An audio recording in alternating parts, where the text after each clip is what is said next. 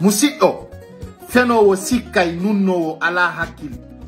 kono son innama yon ittu sadaka fulɓe fuuta jonnon fenowo ka réseaux sociaux ɗo mo fotti e Tolaba no wawi mo jonnude harayi ka tigi tigi sadaka ma on no jaabi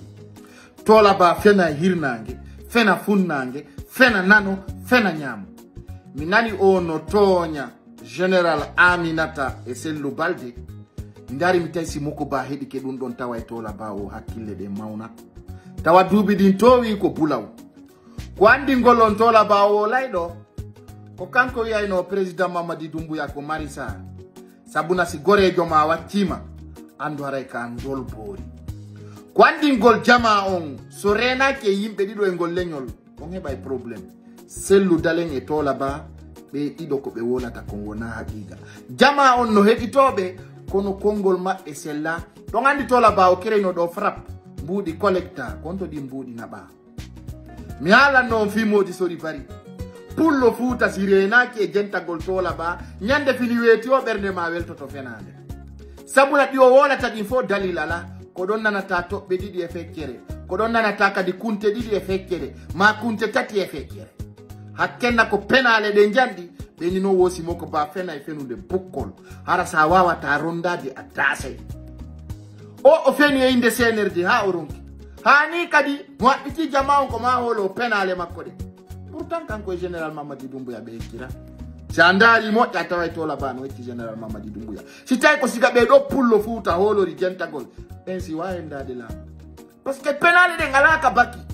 nde layyo yimɓe no inna ɗum ñeññerre hara ko fenade flagrant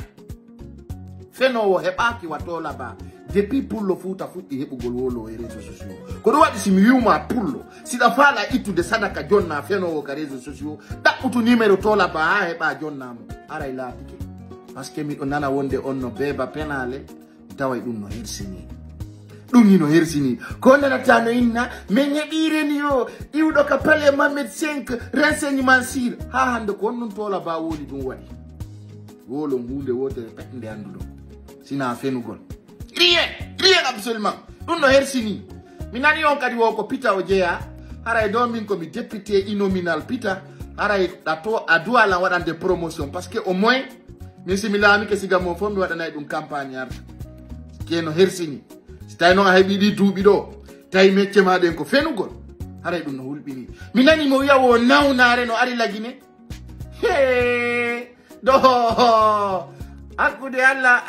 si ɓe addani la vidéo ji makko mi jentike mi dara mi tawa penale makko ɗin ala hay nokku ka humi mi nani mo fena ɗo fenande wo général Aminata no nangi Sellu Balde e jungo wo ɓengu Sellu Balde no moni comme bayinoma ɓengu Sellu Balde ko europoli